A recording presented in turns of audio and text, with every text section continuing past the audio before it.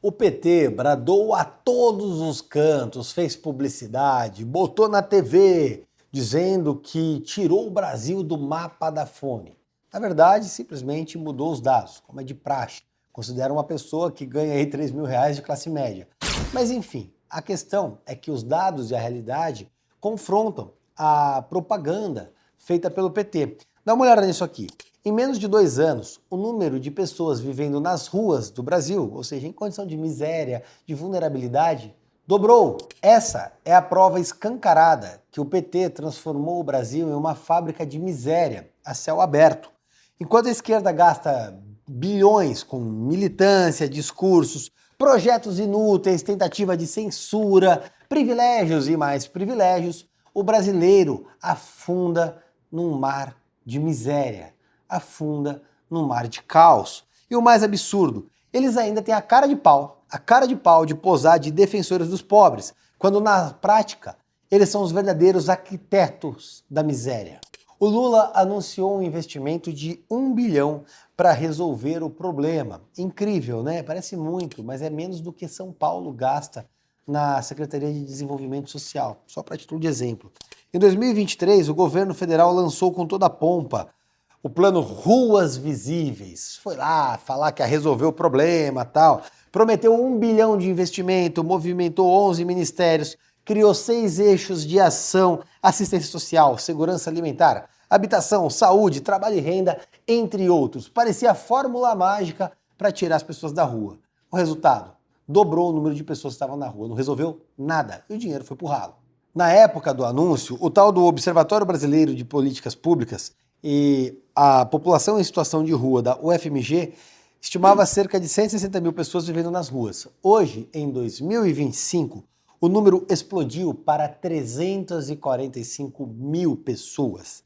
É mais que o dobro. Eu estou falando de mais de 100% de aumento. O projeto do Lula é um fracasso retumbante. É o erro materializado. É a prova cabal e irrefutável da incompetência desse governo para qualquer coisa que ele se atreva a fazer. Por favor, me ajuda. Mas aí eu te pergunto, o Lula vai botar a culpa em quem? No Bolsonaro, no Trump, no Elon Musk? A culpa é desse governo que prioriza a bandeira ideológica, que prioriza o alinhamento com ditaduras, o aparelhamento do Estado ao invés da realização de medidas concretas que tragam uma solução cabal para o problema. É um governo que insiste em falhar, insiste nos mesmos métodos, insiste nos velhos erros e, naturalmente, tem como resultado o fracasso.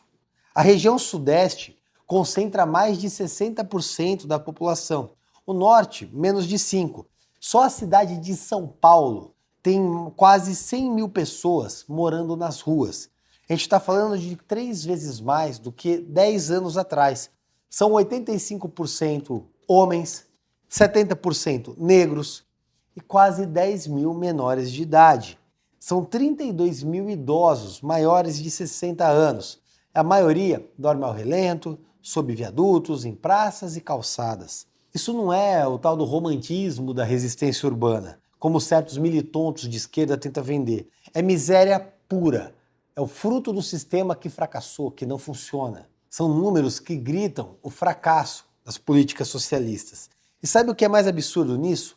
Um aumento explosivo de 160 mil para 345 mil pessoas contradiz o Lula, que há apenas 2 semanas estava lá na ONU falando que tirou o Brasil do mapa da fome e tudo mais. Só que eu gravei para vocês como o relatório da fome era duvidoso, como isso colocava em xeque o propagandismo do governo do PT. Segundo a UFMG e o IPEA, as causas seriam crise econômica, inflação, desemprego, déficit habitacional e demora na execução dos programas sociais. Só que eu vou mais além. A raiz é um governo que gasta bilhões em ideologia, que desmonta programas que funcionavam por puramente perseguição ideológica e que usa a tragédia social como palanque político. Ou você duvida que o ano que vem o PT vai aparecer nas eleições dizendo que era o responsável por solucionar todo esse problema? É o caos planejado que mantém o povo como escravo ideológico e dependente do PT. Comparar esse desastre a períodos anteriores É inevitável. O salto de 160 mil pessoas para 345 mil, comparando que a gestão Bolsonaro estava na pandemia, faz lembrar que a turma petista, que fez o L em nome da democracia, condenou essas pessoas à miséria. A gente já viu que governos liberais que incentivam o setor privado trazem a solução porque tiram as pessoas da pobreza, porque resolvem e criam oportunidades para as pessoas ascenderem, o que naturalmente a esquerda não faz ao longo de séculos. O plano do governo era tão bizonho que incluía até um censo nacional. Eu pergunto para você, cadê?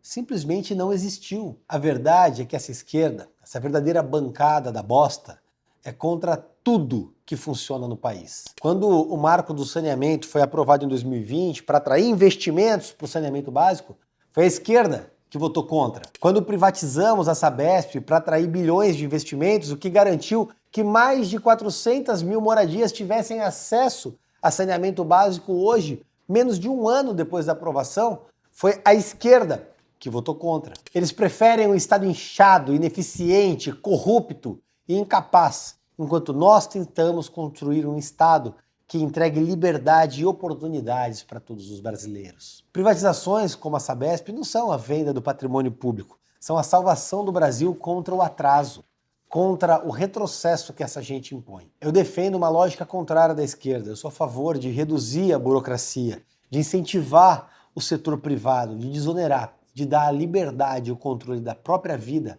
para cada cidadão. A esquerda vende o paraíso e entrega o inferno nas calçadas. Isso não é força de expressão. Basta andar por qualquer capital do país que você vai ver o caos generalizado, a miséria na sua essência. O discurso do Lula na ONU difere e muito da realidade que todos vivem no Brasil. Você, como eu, sabe o preço do arroz, do café, sabe o preço da sua compra, como o carrinho do mercado esvaziou.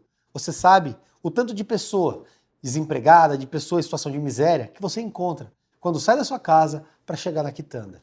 Você sabe como aperta o coração saber que existem pessoas ao relento passando fome e que isso é culpa do PT.